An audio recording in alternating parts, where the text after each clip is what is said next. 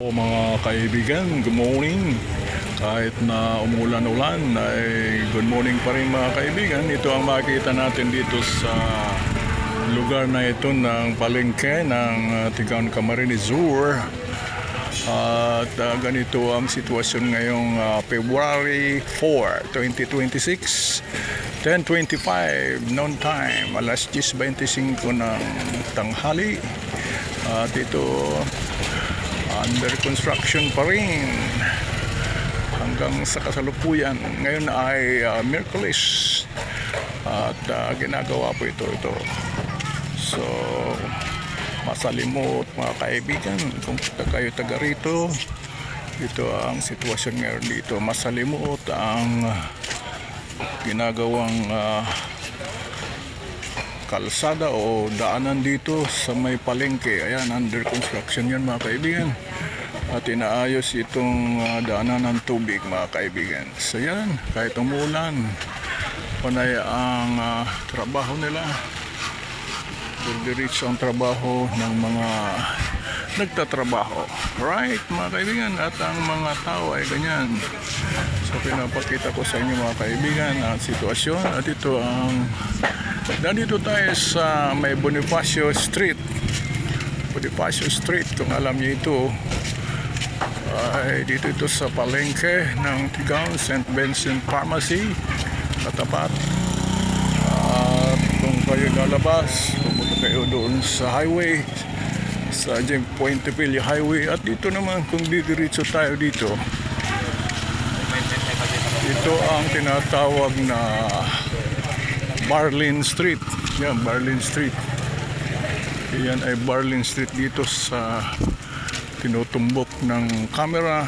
At dito naman sa lugar na itong papunta dyan sa Prime ay Bonifacio Street. At mayroon tinapayan at no entry.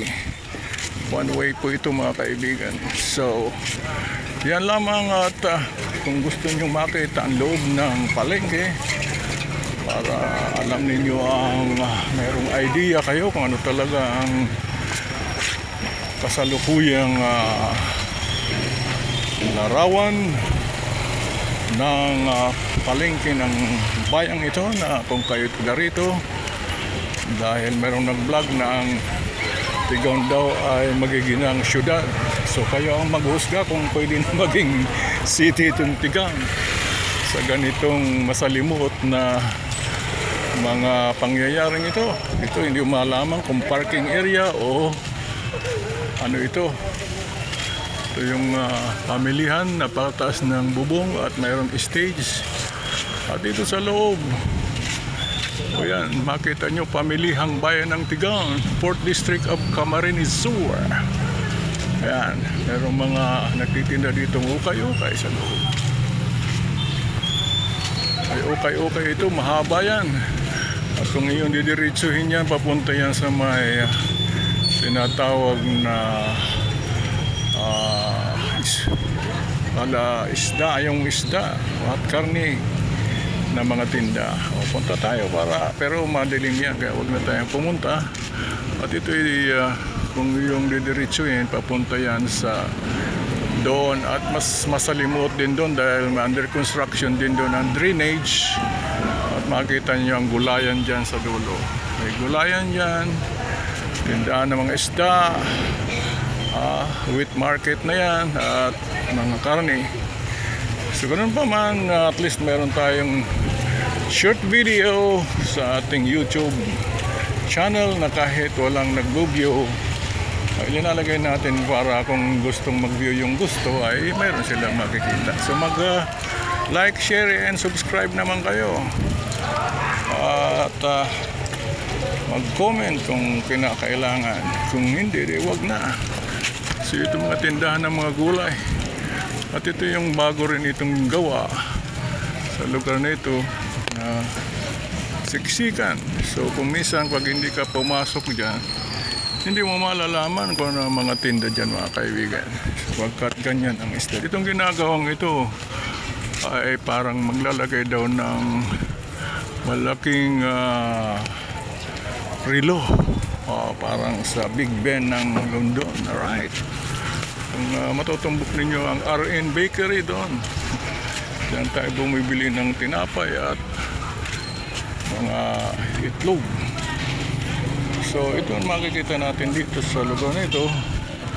Yan, may tindahan ng tsakoy dyan, ibos at mga kakanin. Ayan. At mayroong tindahan din ng mga prutas doon sa lugar na yon. At ito mga itak-itak at kung ano-ano pang mga tinda rito. Papunta yan dyan. At may tindahan dito ng manok. Ayan, ito, manok yan. May 150, 10, 5, and 10 pesos. So may buyo naman dito sa lugar na ito, yung buyo. Ayan, ito naman ang kuya nito. Nakapasok na dito ang mga 5656 na itong Bombay na ito. Na Pakistani ata ito, Indian or ano, or anong lahi yan. Nakita ninyo yan. Nangungulikta na yan. Right, yan mga kaibigan. Mga pangyayari dito. So para mayroon kayong idea at yung mahusgahan kung talagang pwedeng maging syudad na itong lugar na gaya ng sinasabi ng iba. Sana ito tayo. Makidaan lang ako. Kadaan lang. So ito ang this way, ibig sabihin dadaan kayo dyan. Yan ang RN Bakery. Okay, dyan bumili ng mga itlog at sarap dyan ang panligaspi at iba pa. At dito tayo sa mga gulayan. Yan, dito tayo dadaan para makita yung mga tinda ng mga prutas at kung ano-ano pa. Ang gulayan doon sa isang lugar yan sa likod. Yan po. Akyat kayo dyan, meron din tindahan dyan. So masalimot mga kaibigan. Hindi systematic, hindi organized. At ang kalsada ay lubak-lubak pa rin. Yan, dito tayo bumibili ng galanghita. Sa bato na tayong pambili, kaya sorry na lang. Bago tayong pabali, masasarap sana yan. May saging, oranges, apples, grapes, whatever.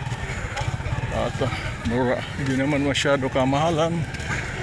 Ang kaso, wala tayong budget at tayo ay ipipikit na lang ating mga mata sapagkat tayo ay tao lamang at bahala ng Diyos.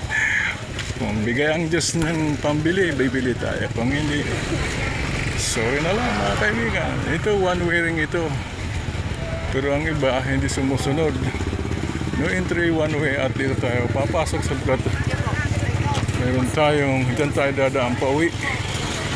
Ayan mga kaibigan, ang nangyayari, ito naman ay mga tindahan ng mga tsinelas, damit-damit, kung ano-ano. Samot-sari. Yan makikita naman ninyo kahit hindi na ipaliwanag. Right, ito'y tulay na matagal ng tulay. At bawal nga dito magtinda sa lugar nito. Kailangan under renovation dapat ito. Bigla na lang itong babagsak.